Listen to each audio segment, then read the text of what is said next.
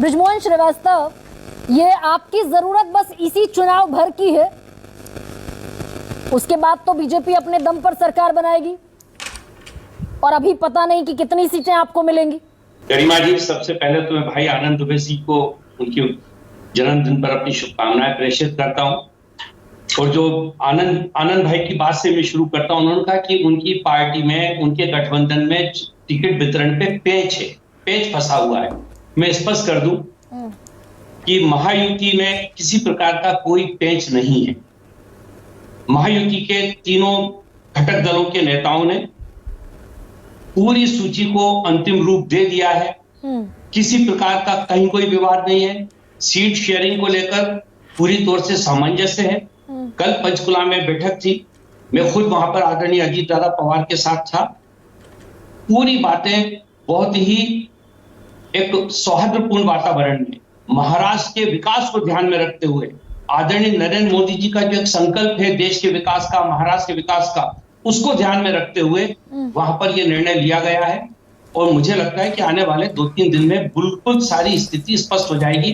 हम लोगों के बीच में कहीं कोई नाइतफाकी नहीं है। तो एनसीपी अजीत पवार गुट कितनी सीटों पर चुनाव लड़ने पर सहमति दे चुका है? कितनी सीटें मिल रही हैं आपको? देखिए, जो सीटें मिल रही हैं, जितनी सीटें मिल रही हैं, जो हम चाह रहे हैं उतनी सीटें हमको मिल रही है, ये मैं आपसे कह सकता हूं। कितनी चाहते हैं भैया? आपने सम्मानपूर्वक मिल रही है। सब सौहार्दपूर्ण है, सब चकाचक है, सब चमक धमक है। कितनी सीटें?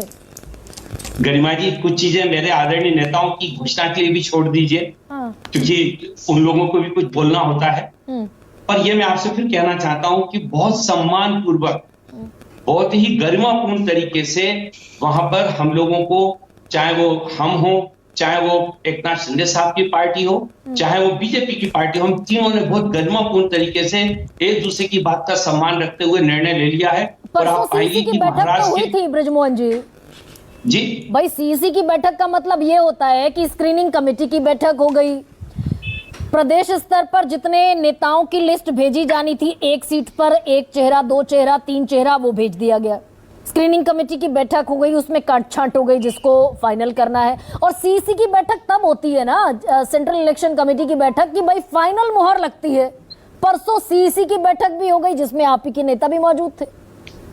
Still, it is not shaping it out. I mean, नहीं गरिमा जी, बिल्कुल सारी गरिमा जी पूरी गठबंधन में है, आपके यहाँ भी है क्या?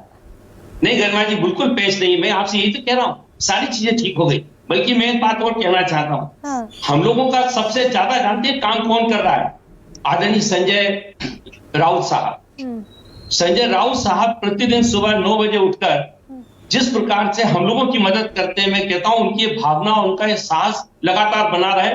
बल्कि दिन में एक बार नहीं, सुबह 9 बजे नहीं, वो दिन में 2-3 बार इस प्रकार की बातें कहें और अंदर की इनके बीच के जो विवाद है, अंदर की जो पेच है, अंदर की जो झगड़े हैं, उनको पूरी जनता के सामने परोसते रहें। हम लोग तो संजय राउत साहब को अपनी पार्टी का बड़ा भारी समर्थक मानते हैं। आप देखिए उन्होंने क्या बोला। ठीक, अच्छा, उन्होंने सबसे पहले तो कांग्रेस के सारे नेताओं को, महाराष्ट्र के सारे नेताओं को उनकी हैसियत दिखाई। 150 से 55 पर लड़ेगी भारतीय जनता पार्टी।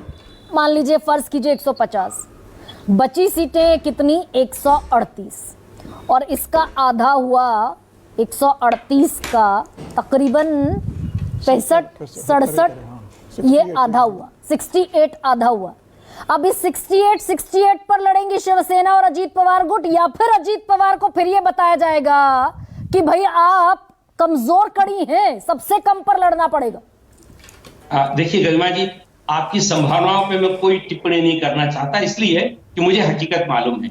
आप संभावना की बात कर रही है, मुझे ट्रुथ मालूम है। मैं आपसे कहना चाहता हूं कि बहुत गरिमापूर्ण तरीके से जब ये सूची आएगी पूरी 288 प्रत्याशियों की, महायुति की, तो सारा महाराष्ट्र इस बात को स्वीकार करेगा कि इससे अच्छे प्रत्याशी और कोई नहीं हो सकते।